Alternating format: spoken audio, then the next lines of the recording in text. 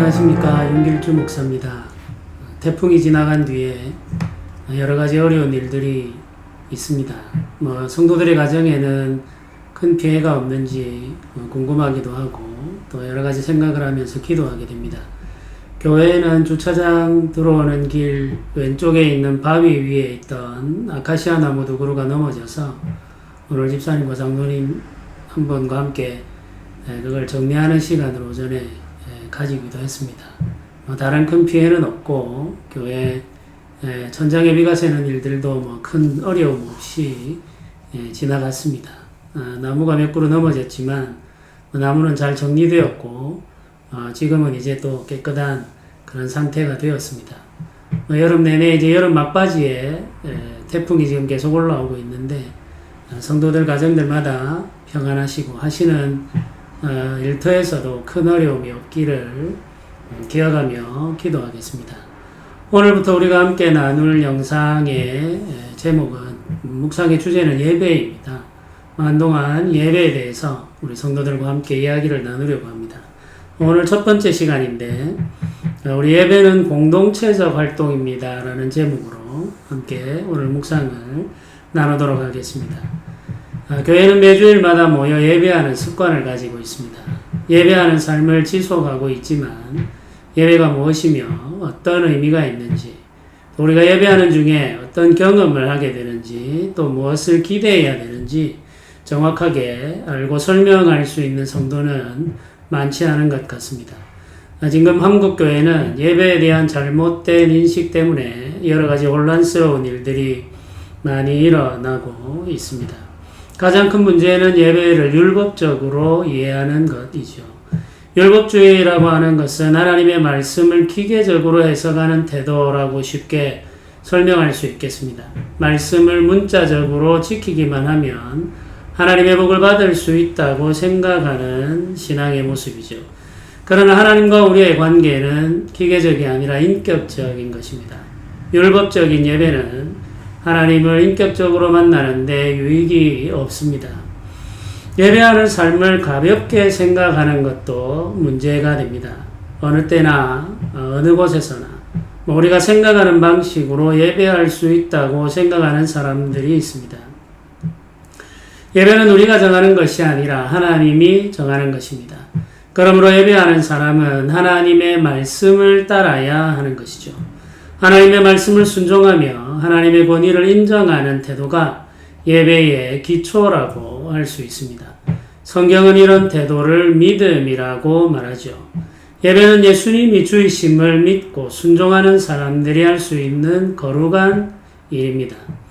예배는 공동체적 활동입니다. 공동체적 활동이기 때문에 공적인 의미를 가지고 있습니다. 예배가 공동체의 활동으로 공적인 성격을 가지기 때문에 질서가 필요하게 됩니다. 예배는 정한 시간과 정한 장소에서 이루어집니다. 구약의 회중들은 회막과 성전에서 모였습니다. 성전이 불탄 이후에는 회중들이 회막에 모여서 하나님을 섬겼습니다. 그러나 사도들의 시대부터 주를 믿는 회중들이 성도들의 가정에 모여서 예배하게 됩니다. 구약시대에는 성도들이 안식일에 모여 하나님을 예배했습니다. 그러나 신약시대에는 주님이 부활하신 날에 모여 예배하기 시작했습니다. 안식일이 아니라 부활의 날에 모인 이유는 예수님께서 모세의 율법을 이미 성취하셨다는 것과 예수님께서 죽음을 이기고 부활하셨다는 사실을 공적으로 증거하기 위해서입니다. 예배는 개인적인 활동과 구별됩니다. 우리는 개인적으로 주를 믿고 주께 기도하며 주와 동행하는 삶을 살 수 있습니다. 삼위 하나님은 우리 한 사람 한 사람을 소중히 여기시며 우리 개인과 만나 교제하며 동행하는 것을 기뻐하십니다. 우리가 개인적으로 하는 신앙의 활동들은 매우 큰 가치가 있습니다.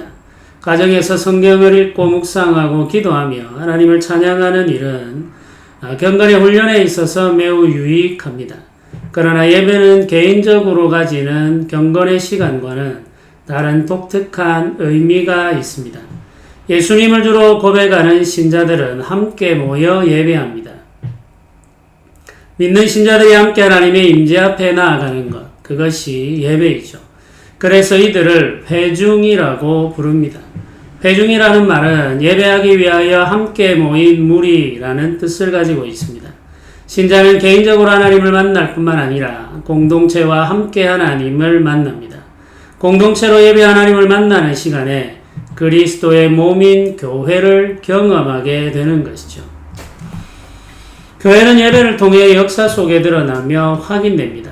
주를 믿는 사람의 모임이 교회인데 이 교회는 예배를 통해 자신의 존재를 세상에 드러냅니다. 십자가 종탑에 있는 건물이 있다 하더라도 예배하는 사람들이 없으면 교회는 존재하지 않는 것입니다. 크고 웅장한 건물이 없다 하더라도 예배하는 사람들이 있다면 그 세상에는 교회가 존재하는 것이죠. 교회는 건물이 아니라 예배하는 사람들의 모임을 통해서 세상에 나타나는 것입니다. 하나님은 예배하는 공동체 가운데 임하십니다. 온 세상을 다스리시는 주께서 예배하는 공동체 가운데 임하셔서 하나님의 영광과 위엄을 나타내시며 하나님의 뜻을 선포하십니다. 역사를 주관하는 하나님의 뜻이 예배하는 공동체 가운데 드러나며 예배하는 공동체는 그 뜻을 듣고 깨달은 후에 세상 속에서 그 뜻을 이루어 갑니다. 역사를 주관하는 하나님의 역사가 세상 가운데 펼쳐지는데 이는 예배하는 사람들을 통해서 이루어집니다.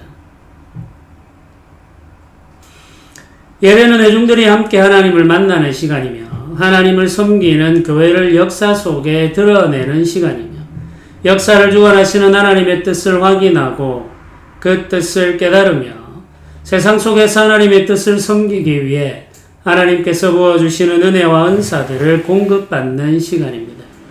예배는 공동체적 활동으로 공적인 의미를 가지고 있으며 하나님 나라 백성들이 함께 모여 왕께 나아가 그의 뜻을 확인하는 총회라고 할 수 있습니다. 만왕의 왕을 섬기는 백성들의 총회인 예배는 거룩하고 경건하며 엄숙하고 진지해야 합니다. 예배의 형식은 달라질 수 있지만 예배가 담고 있는 거룩한 정서는 결코 사라져서는 안 되는 것이죠. 주를 믿는 사람들이 함께 예배할 날을 사모하면서 기도하며 기다리며 준비하는 성도들이 되시기를 바랍니다.